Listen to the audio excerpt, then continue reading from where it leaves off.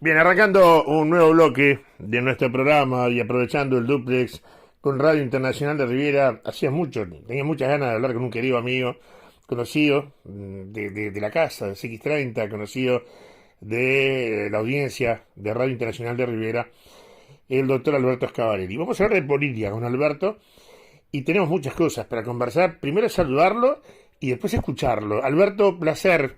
Gracias por atendernos. Muy bienvenido.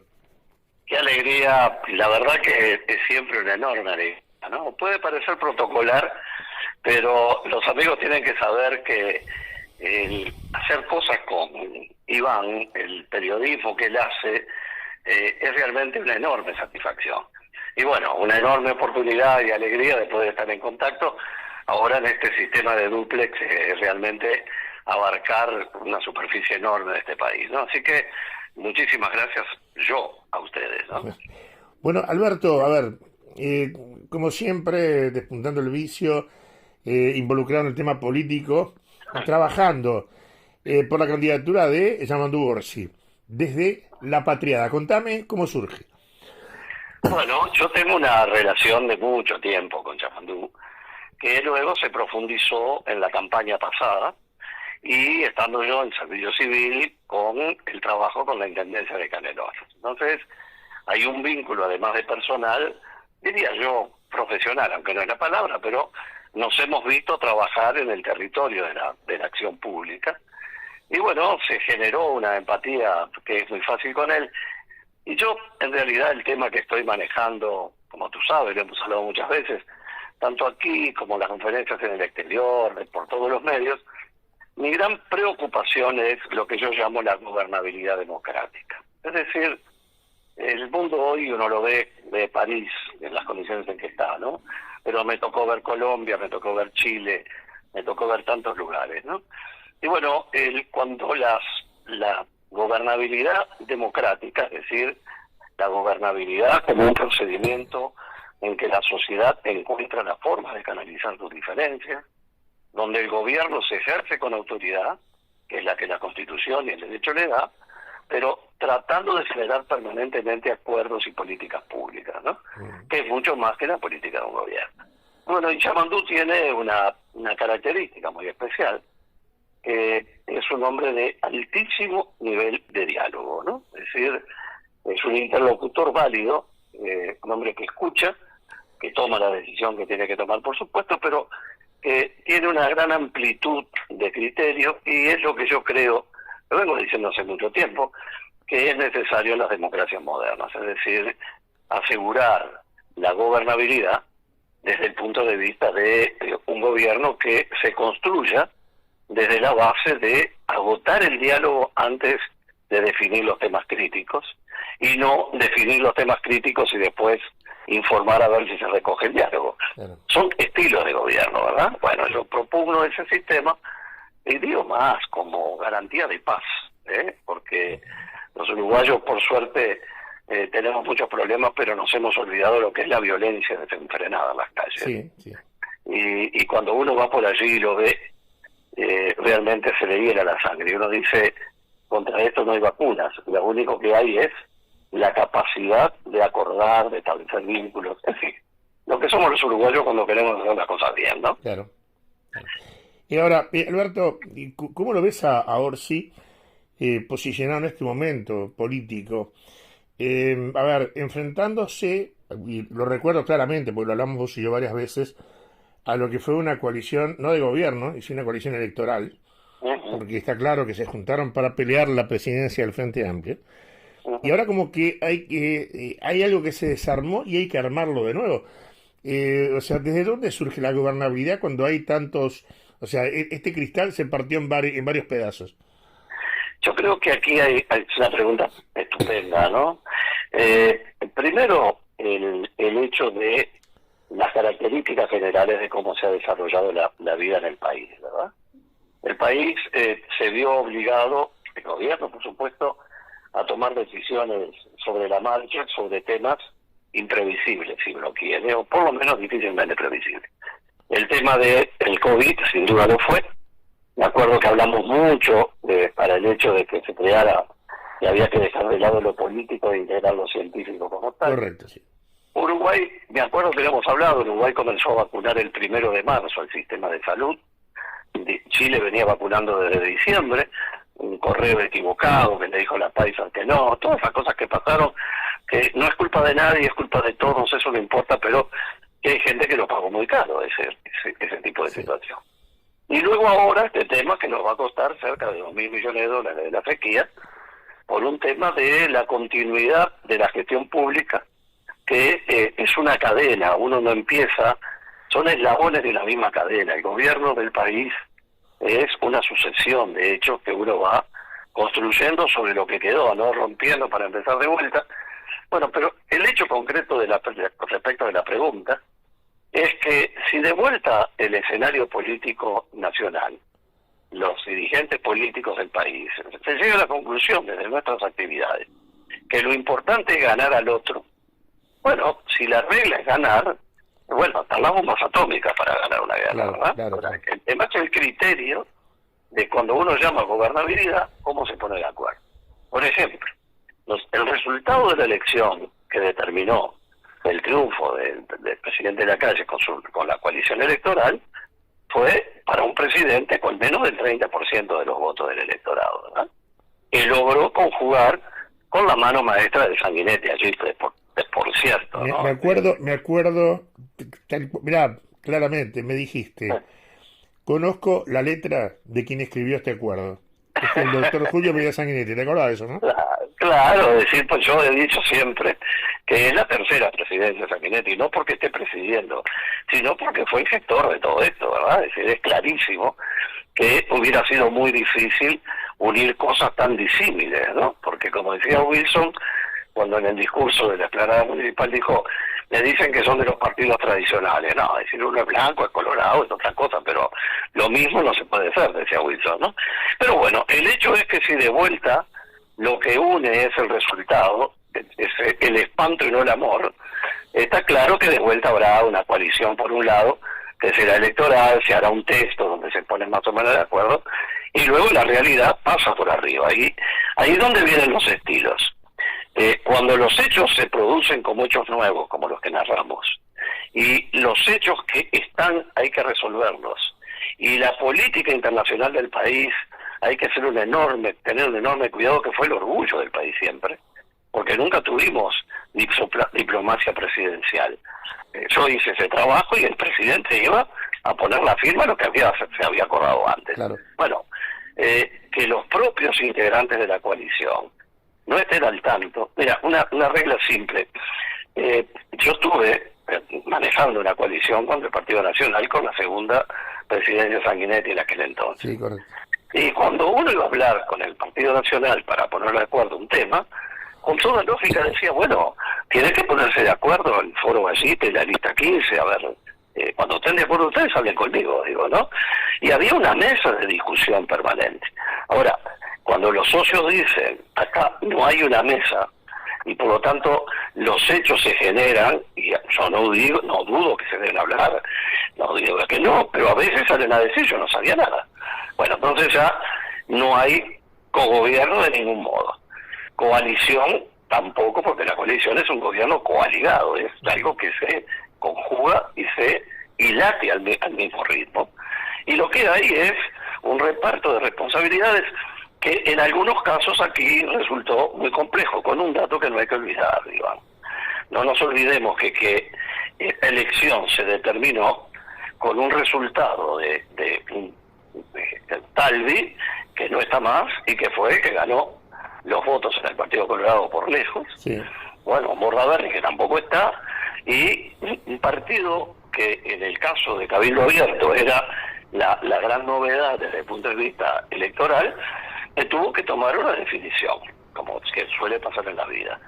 Él tenía que decidir si se unía para derrotar al frente o si se mantenía con un caudal electoral que le estaba dando muy buenas mediciones, siendo quien era, me refiero con su propia identidad política, y ser el dueño del eje político del mundo, del país. Es decir, en todo el mundo la vocación de los partidos que no son los líderes totales es ser el fiel de la balanza, ¿verdad? Es decir, que te tenga que venir a buscar para preguntarte y decirme, Iván, ¿y vos qué pensás que es esto? Alberto, ¿qué te parece? ¿Podés acompañar esta idea? ¿No podés acompañarla? Y ahí es donde se obtiene. Y no por el lado de un ministerio que luego se parte en 3 pedazos y que luego pasan las cosas que pasan. En una palabra, lo que yo digo es que nos hace falta la conducción del país con gente que tenga un criterio amplio. Mira que yo no le atribuyo malas intenciones a nadie, tú me conoces.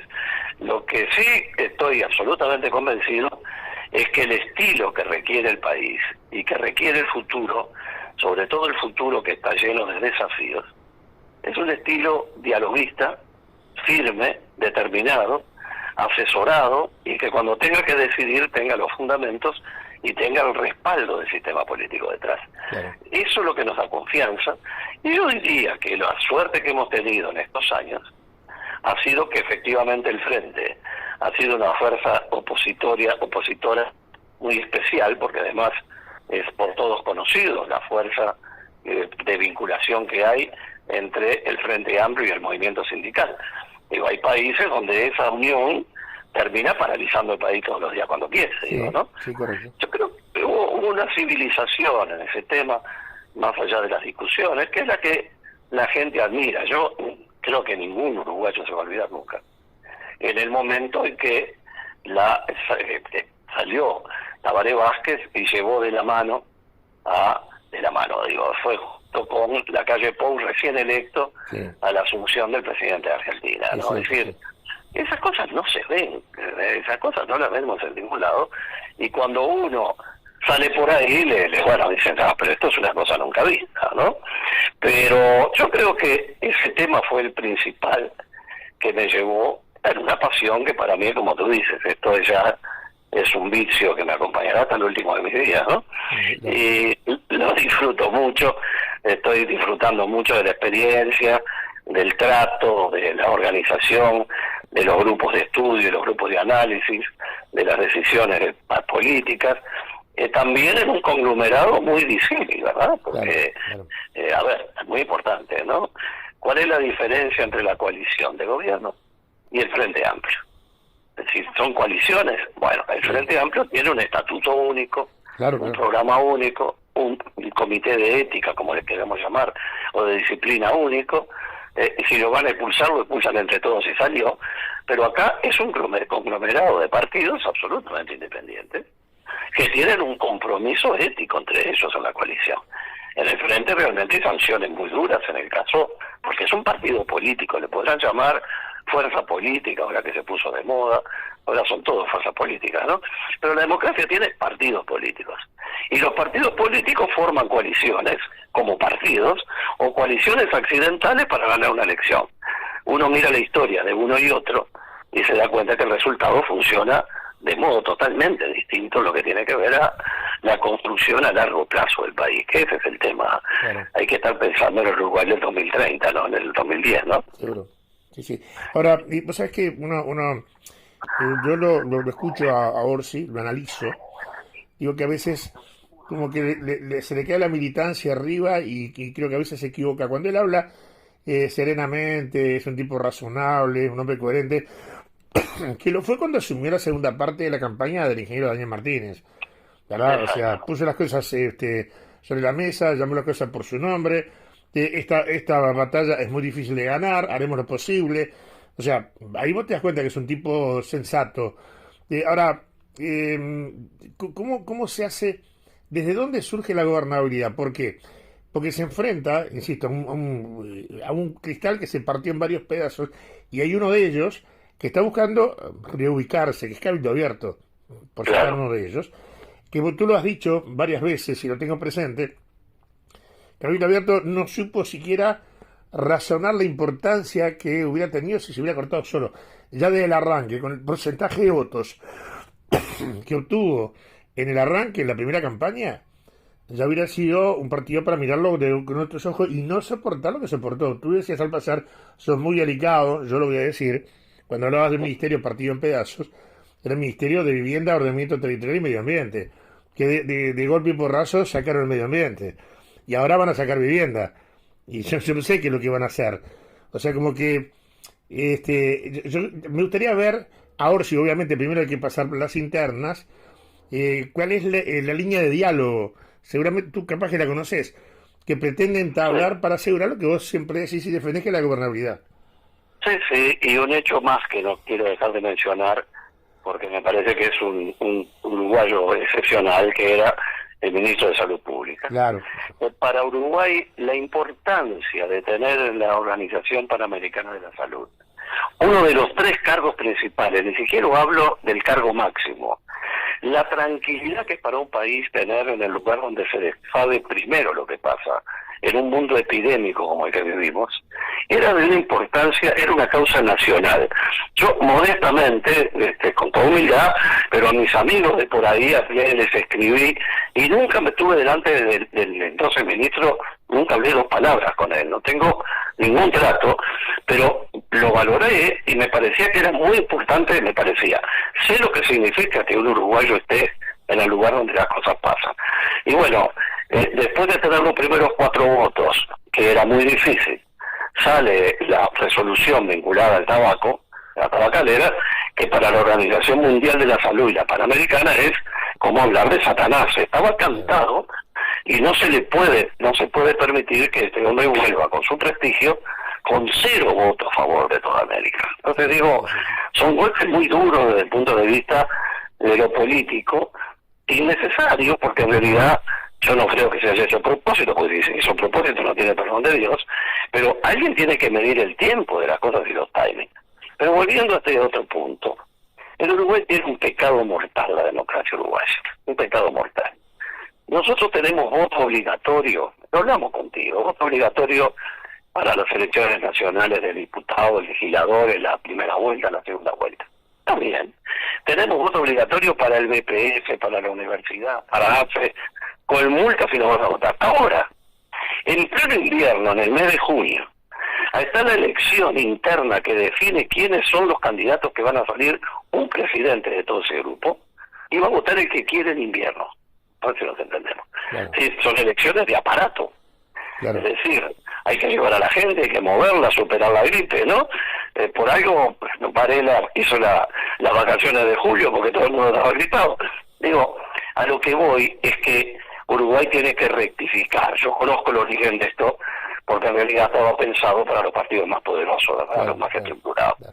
Pero lo que queda claro es que esto tiene que modificarse y todo tiene que ser obligatorio o nada es obligatorio. No puede ser que el elenco del cual va a salir el presidente, que en Uruguay son 3 personas seguramente, sea una cuestión, o 4, no sé, lo que sea, pero no puede ser que ese pequeño puñado sea elegido por la gente que tiene ganas de votar. Claro. Si respetamos ese criterio de que vota el que tiene ganas, bueno, entonces que vote el que tiene ganas en todas las elecciones. Siempre, exacto, sí, correcto. ¿Verdad? Pero no puede ser que una cosa se la quiera y del otro no. Ese es el primer tema. Y hay un segundo tema crítico, que es el de las elecciones internas, que es el posicionamiento del candidato. El gran desafío para un candidato de izquierda, por ejemplo, como es el caso de un moderado, como es el caso de Yamandu Orsi, es que tiene que capturar el voto de su propio partido, que tiene gente con un discurso más intenso y otro con un discurso menos intenso, más socialdemócrata y menos socialdemócrata. Bueno, entonces, ella de marxismo ya no se habla, pero me refiero a gente más radical y menos radical. Entonces, ¿qué hace el candidato? Se mantiene auténtico, que es lo que está haciendo Orsi, y opina y todo lo demás, pero sin personalizar la crítica. El otro día en ADM, el discurso fue formidable. Yo estuve con gente de gobierno, me dijo, este hombre a mí me da tranquilidad. Claro. No voy a dar nombres, pero me lo dijeron. Entonces, a lo que voy es que lo difícil es que el candidato tiene que lograr convencer a la gente del propio partido que va a ir a votar con lo que es el espíritu de un partido militando para una elección, y luego al otro día ser el candidato que pueda llegar al público en general. Exacto. Y no digo ciudadanía, al público en general, porque aún los que no votan generan opinión pública. Entonces, la duda de estas cosas viene que los que coordinamos campaña, los que estamos acostumbrados a estas cosas, la primera definición es, el candidato tiene que cambiar para adaptarse al clima de adentro del partido. O si es la coalición, para ganar tiene que plantarse enemigo acérrimo del CNT y del Frente y de todo lo que se mueva para conseguir más votos de un extremo voto de la interna de lo que son los partidos de la coalición. O preferimos que no se construya un candidato y que se perfeccione un candidato desde su propio discurso. Bueno, Yamandú ha optado, Orsi ha optado claramente por una línea de no cambio, porque él es así.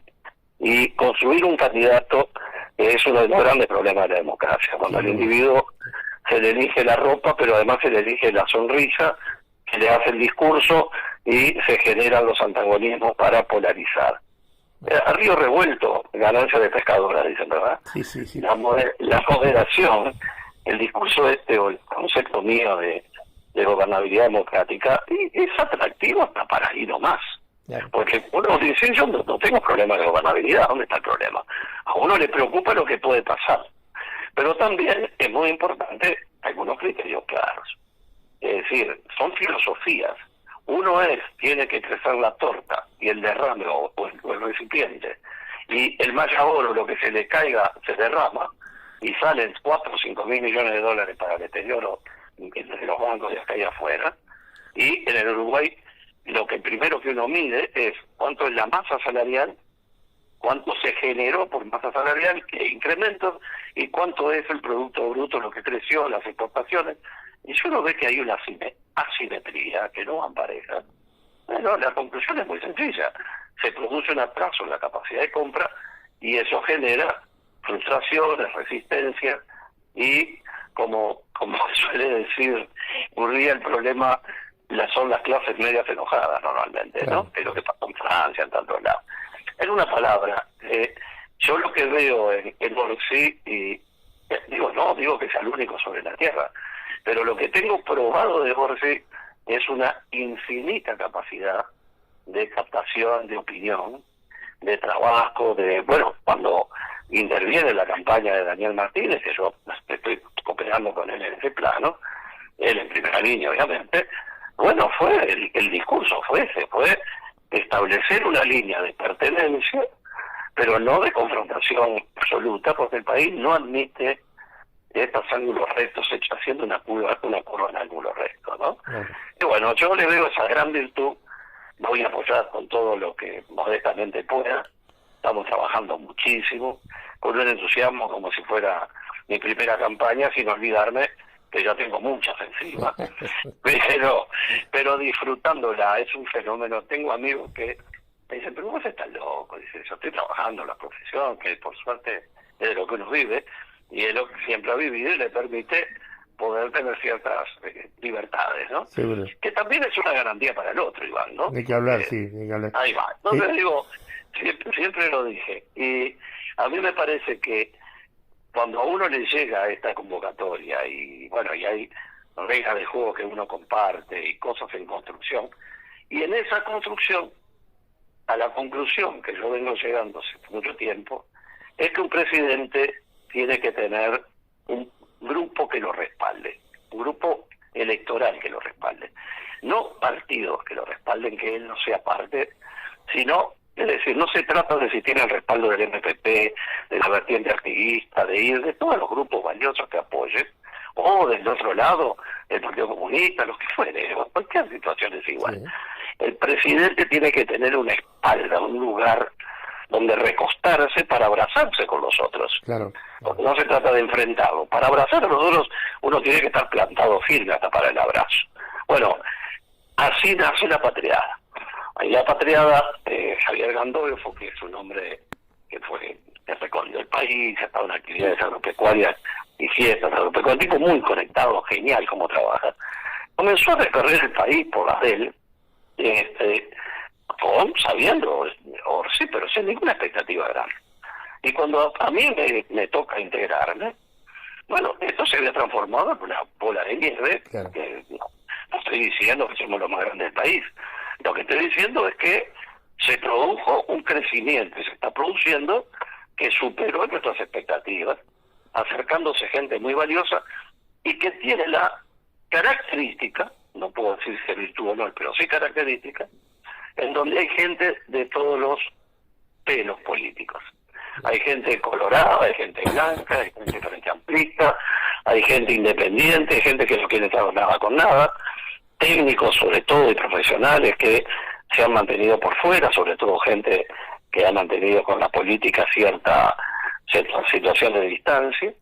Y bueno, y los hechos son que estamos en un movimiento que yo defino como aluvional, porque en definitiva va creciendo por aluviones, ¿no? Se van acercando y estamos teniendo reuniones con gente preciosa, gente de este país. Bien. Que yo no pensé, no puedo dar nombres hasta que se haga público, pero que yo no pensé que iban a hacer a poner la carne en el asador de decir mi nombre está aquí, ¿no? Bien. Y bueno, y eso uno lo disfruta mucho, naturalmente, ¿no? Claro, Alberto, a ver, dicen que las segundas partes nunca fueron buenas, pero nosotros vamos a tener segundas partes porque te invito para que el próximo viernes podamos tener una charla como esta para seguir avanzando en lo que es la patriada y analizar, ¿verdad?, los apoyos que pueda tener Yamandu Orsi de cara a lo que es la campaña de la interna. ¿Te parece bien? Pero para mí un placer, ni siquiera me tienen que convocar, capaz que a campo en la puerta, no puedo estar en las dos horas al mismo tiempo. Un enorme placer, gracias por estos minutos y sobre todo una reflexión. Hay que tener claro que la vocación a esta altura de la vida de uno es ser proactivo, estar a favor de. Exacto. Yo no me voy a poner nunca a criticar a uno o a otro por el mero hecho. Sí tengo claras las cosas que me parece que el país precisa y el tipo de perfil que se precisa. Y bueno, y en eso vamos a estar. Así que con muchísimo gusto, querido. Nos reencontramos la semana que viene. Un gran abrazo, Alberto. Un gran abrazo para todos. Bien, conversamos con el doctor Alberto Schiavarelli y la verdad un verdadero placer haber charlado con él. Cerramos este bloque, nos vamos a la pausa y seguimos con más Realidad Nacional.